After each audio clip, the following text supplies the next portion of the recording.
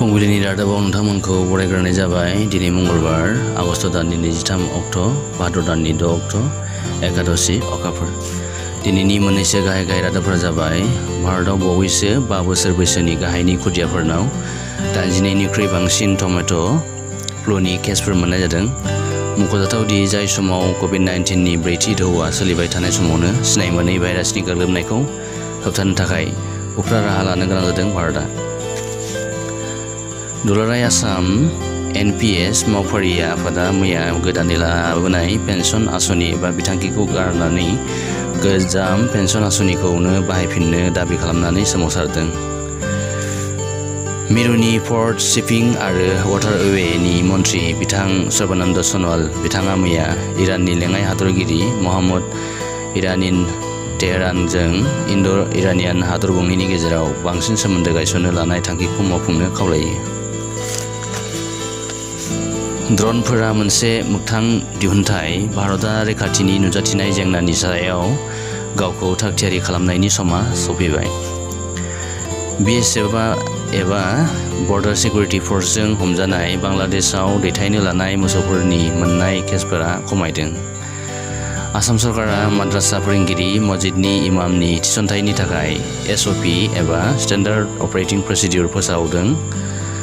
मख'जाथाव दि गवालपारा डिस्ट्रिक्टनिफ्राय 2 इमामफोरखौ अल कायदाजों सोमोन्दो थानाय दायाव खानाय जादोंमोन।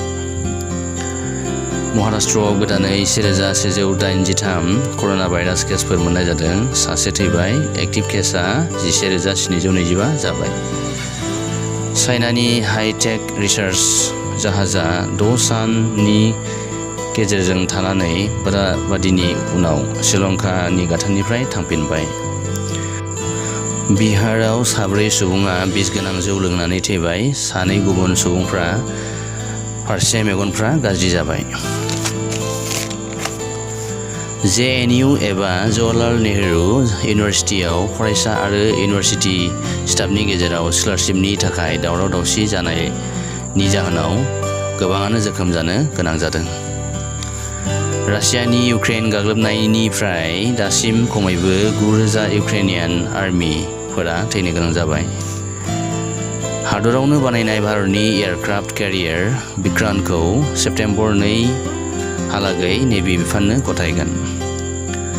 जम्मु रेलवे स्टेशनाव गंसे कार सौग्रावनायनि जाहोनाव सासे उन्दै खुदिया आरो 6 सुबुंनि जोखोम जादों। मध्य प्रदेशनि उज्जैन जिल्लायाव जिप आरो ट्राकनि गेजेराव सौग्रावलायनायाव फरायसालियाव थांबाय थानाय 4 फरायसाफोरा थैबाय आरो 11 जोखोम जाबाय।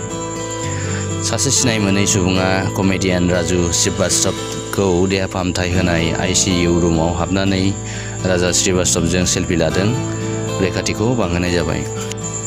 मेघालयनि हाइनिउट्रेप इयुथ काउन्सिलआ मेघालयनि CM कनराड सांमाखौ आसामनि CM हिमन्त बिश्व शर्माजों सुक्ति खालामनो हेंथा होदों आरो काशीनारजों सेजानाय गासै गामिफोरखौ मेघालयआव लाबोफिननो थाखाय नैथि सावरायलायनायाव रोखा खालामनो थिनदों। पाकिस्ताननि पुलिसफोरा आगु PM इमरान खाननि न'खौ बेंग्लाबदों। मख'जाथाव दि राजखान्थियारि सुथुरनि नोजोरै TVआव दानि सरकारखौ सिगिदोंमोन, जेराव हादरनाङैनो इउटुबखौ ब्लकेट खालामनाय जादों। साउथ करिया आरो US जथायै मिलिटारि एक्सारसाइजखौ जागायबाय। साउथ करियान मिडियाया बुंनाय बायदिब्ला बे मिलिटारि एक्सारसाइजआव फिल्ड ट्रेनिं होगोन मानोना एसिया ओनसोलाव दावरावआ बांनो लादों। भारतनि बेरेखायै खिथेर लानो नाजानाय ISIS सुइसाइड बम्बारखौ रासियाया खादों। बिनि थांखियाव BJPनि टप दैदेनगिरिफोरमोन होनना मिथिनो मोननाय जादों। गोजां बोथोरा थांबाय। एन्टार्कटिकायाव 4 दान खोमसिनि उनाव सान ओंखारदों। श्रीलंका नेभिया 10 भारतारि ना हमग्राफोरखौ खादों। भारतारि ना हमग्राफोरखौ बेआइनै सिमा बारनानै ना हमनाय दायाव श्रीलंका नेभिया खादों। दुलाराय बाथौ गौथुमनि आगु आफादगिरि रुंसारि डक्टर लीलाधर ब्रह्मनि देहाखौ मैया सावनाय जाबाय। अरुणाचलनि CMनि बेरेखायै रां जाख्ल'नाय अजद होनानै बेरेखा हानजाया दिल्लीयाव धर्ना हैदों। मख'जाथाव दि इलेक्ट्रिफिकेसन स्किमनि सिङाव 142 कौटि रांनि बेले-बेजेनि अजद लाबोनानै CM पेमा खांडू सरकारनि बेरेखायै दिल्लीयाव धरना हैदों।